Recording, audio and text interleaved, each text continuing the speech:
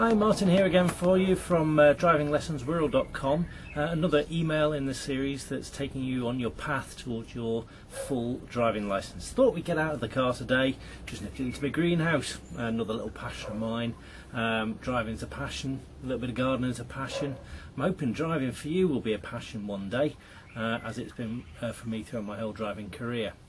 While you're learning to drive, you're going to come across good advice and bad advice from well-meaning people, but we've got to make sure that the advice is good advice, otherwise we can get ourselves into a spot of bother.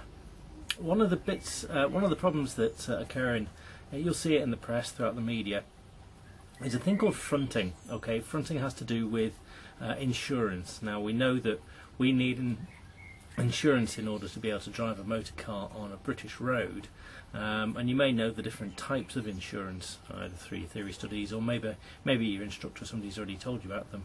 Third party fire and theft, and fully comprehensive. Now, as we say, you've got to have insurance before you can drive a car on the road. If you take private driving lessons, that's one of the things you've got to make sure of. You'll have to check with the owner of the vehicle that you're going to drive, who's going to be taking you out, that you are actually insured to drive that car. And you need to make sure for yourself. Don't trust anybody else.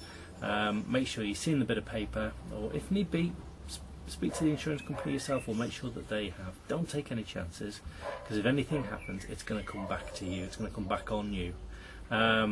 Best case scenario, if anything happens, is you're going to get points on your license, and those points will stay with you for a while, and it's going to make your first insurance policy, once you pass your test, really, really expensive.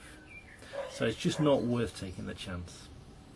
Now, once you've passed your test, one thing that people might say to you is, okay, so you've been looking for insurance quotes and they're all coming out really, really expensive, £2,000, £3,000, £4,000, whatever it is, or maybe more. And you're thinking, I'm never going to be able to afford that. And somebody says to you, well, how about this then? If I insure the car in my name and put the car down, even though it's your car, put me down as the main driver and then put you down as a named driver, that means the insurance will be quite cheap, because it's based on somebody who's a lot more experienced than yourself being the primary insurance holder. Brilliant. And that means that you can get out there, drive the car relatively cheaply. Sorry about that. So what's the problem with that? Well, the problem with that is it's illegal. Basically, it's a type of fraud, and it's called fronting. You may have heard of it before, maybe not, but it's something you've got to be really, really careful of. Somebody gives you the advice, they mean well, but unfortunately they haven't quite done their research. If an insurance company was to find out about this, they can nullify your insurance. Basically say, we're not going to insure you anymore, that's it, policy's scrapped. Now, if you're trying to make a claim at that time and they find out, you could find yourself in a spot of bother, because you've had some kind of incident, small, big, whatever it is, and all of a sudden the insurance company isn't going to pay out because the terms under which the insurance was taken out are incorrect. It's fraudulent, and so they'll just walk away from the whole thing, leaving you with potentially very expensive repair bills, both to your own vehicle and to the vehicle of somebody else you might have hit, personal injuries to somebody else. You know, it can get very, very expensive. And very, very messy. So fronting, to be avoided. That's somebody else saying that they'll insure your car in their name, put them down as the main driver, even though it's you that's doing the majority of the driving. Because really, you are the main driver, and you're basically saying to the insurance company that you're not. So you're telling a little bit of a porky. So is there anything that we can do when we talk about main drivers and name drivers in order to try and bring your costs down? Well, actually, good news, yes there is. There's another way you can go about it.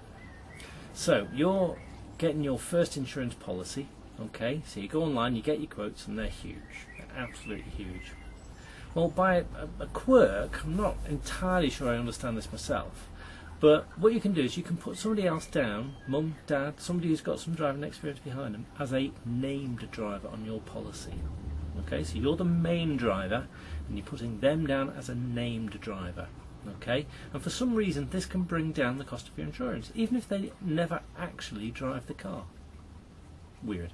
I don't get it, but it works. It can bring down the cost of your insurance and make it something that you can actually afford. particularly in the early years when you're trying to build up your experience and build up your no claims. So stay away from fronting, and that's somebody else, that's somebody saying that they'll be the main driver even though it's your car, but put them down instead as a named driver, and that way you should find that brings down the cost of your insurance a little bit.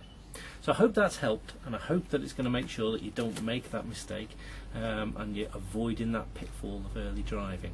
Okay, unfortunately, first, second, third year, whatever it is going to be a little bit on the pricey side. It's somewhere we all have to go in the early years, but you just want to get yourself on the road in a nice car and build up that no claims bonus. Keep yourself out of trouble, and before you know it, the insurance prices are going to start coming down when you've proved that you're a good, safe driver. Okay, more tips on the way.